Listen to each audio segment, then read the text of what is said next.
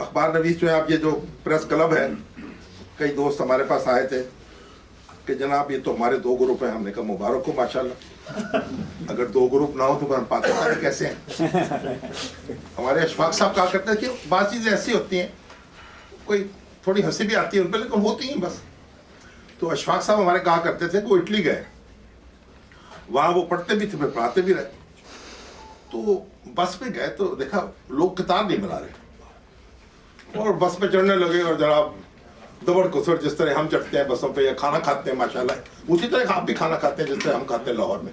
بڑی خوشی ہے ماشاءاللہ, کوئی خاص فرق نہیں. اسی طرح پلیٹوں میں کھانے چھوڑتے ہیں, اسی طرح دیگا مچھلی ہوتی ہے, اسی طرح رات تقریب تھی ملنے کے لیے وہی ہڑبونگ مچی چیز. بڑا ماشاءاللہ جہاں بھی آپ ہیں ہماری طرح ہی ہیں الحمدللہ, ہمیں بڑی خوشی ہے اس بات. لیکن بہرحال اب وہ انہوں نے کہا جی میں جب کلاس میں آیا اپنے پروفیسر سے کہا جی آپ عجب لوگ ہیں یہ قطار ہی نہیں بناتے.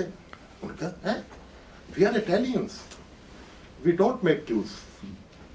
تو ماشاءاللہ ہم پاکستانی ہیں, ہم تو قطار وطار نہیں بناتے اور ہم ماشاءاللہ دیگر مشتے بھی کرتے ہیں, گروپ بھی بناتے ہیں. یہ جو گروپ بندی ہے یہ بھی تھوڑا سا یہ وائبرنٹ ہونے کا ثبوت ہے کہ ہر شخص کے اندر یہ امنگ ہے کہ میں کچھ اور کر کے دکھاؤں, میں لیڈ کروں قوم کو. تو اب یہ ہے ابھی یہاں بات کہی گئی کہ اتحاد شاید پی ٹی آئی جو وحید صاحب ہیں انہوں نے تلقین کی ہے ہمیں اتحاد کی, تو ہم آپ کو کر دیتے ہیں.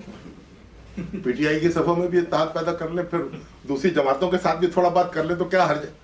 آپ ہمیں کرتے رہیں, انشاءاللہ ہم بھی وہی کام کرتے رہیں گے جو آپ کر رہے ہیں. تو یہ اتحاد کی کوئی خاص ضرورت نہیں ہے کیونکہ ہم بچپن سے قائد اعظم کا یونٹی فیس ڈسپلن اتحاد پیدا کرو. تو بچپن سے جو چیز پیدا نہیں ہو رہی کوشش کے باوجود تو پھر آپ اس کے ساتھ زندہ رہنا سیکھ لیں. اتحاد کریں نہ کریں, چلیے ایک الگ پارٹی بنا لیں, بس تھوڑے سے ایتھکس طے کر لیں اس کے اختلاف کی حدود جو ہے.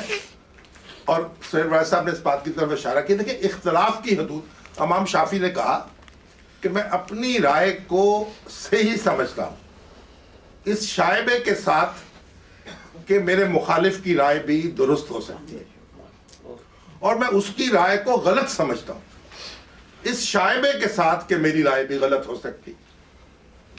تو ہم جو ہر چیز پر لڑنے مرنے کو تیار ہیں, بھئی سیاسی معاملات ہیں, سماجی معاملات ہیں, اس میں 2 پہلو ہو سکتے ہیں چیزوں کے, تیسرا پہلو ہو سکتے ہیں آپ کی اپنی رائے جو ہے اس کا اپنی دلیل ہو سکتی ہے, دوسرے کی اپنی رائے دلیل ہو سکتی ہے.